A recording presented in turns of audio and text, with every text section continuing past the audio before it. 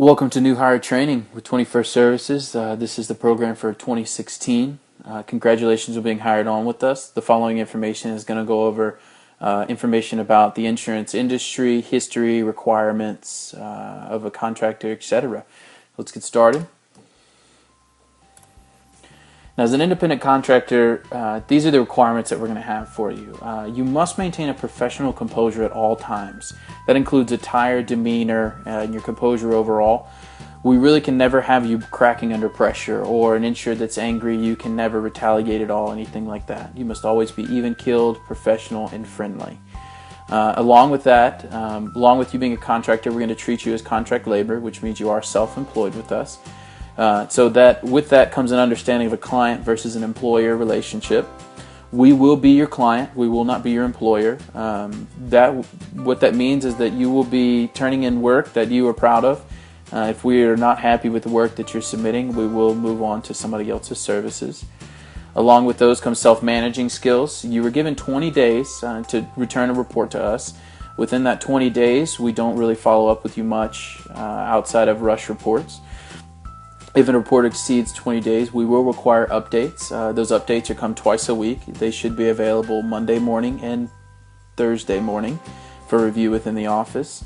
And then also any questions we have on reports, we're going to need you to respond to them within the same day.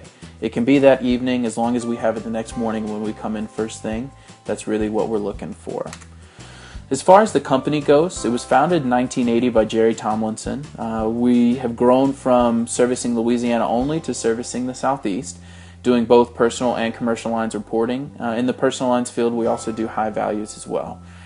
Your contacts within the office are going to be as follows.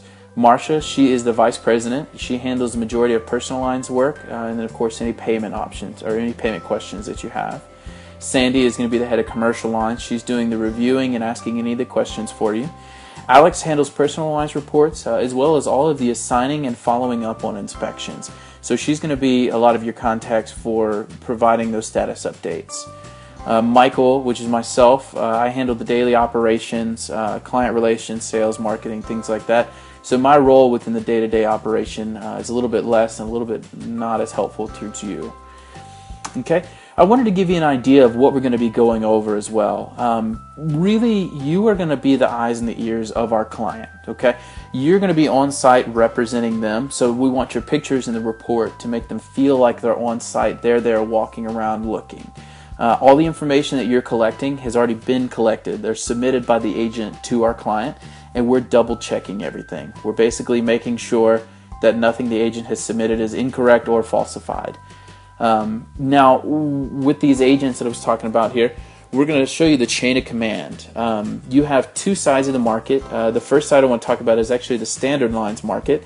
These are going to be companies like State Farm, Progressive, Geico, these big players, so to speak.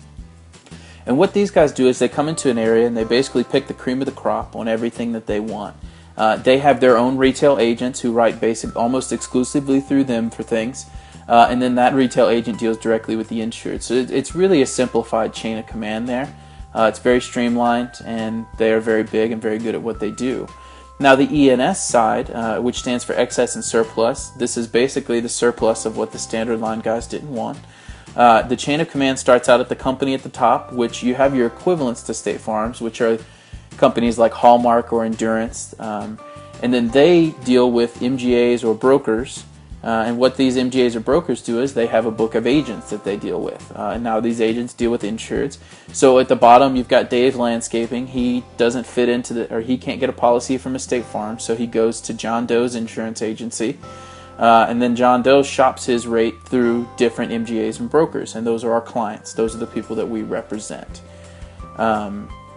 It's helpful to know. That way you can kind of tell later on when an agent asks you who you're doing it for, things like that, you know what you're talking about. So that's a good chain of command to keep in mind there. Okay. Now, doing these inspections, we have multiple types. These are the main 6 right here.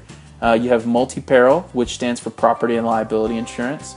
And whenever you're talking with an insured, you're going to say property and liability. You're not going to say multi-peril. That's industry jargon, and they're not going to really know.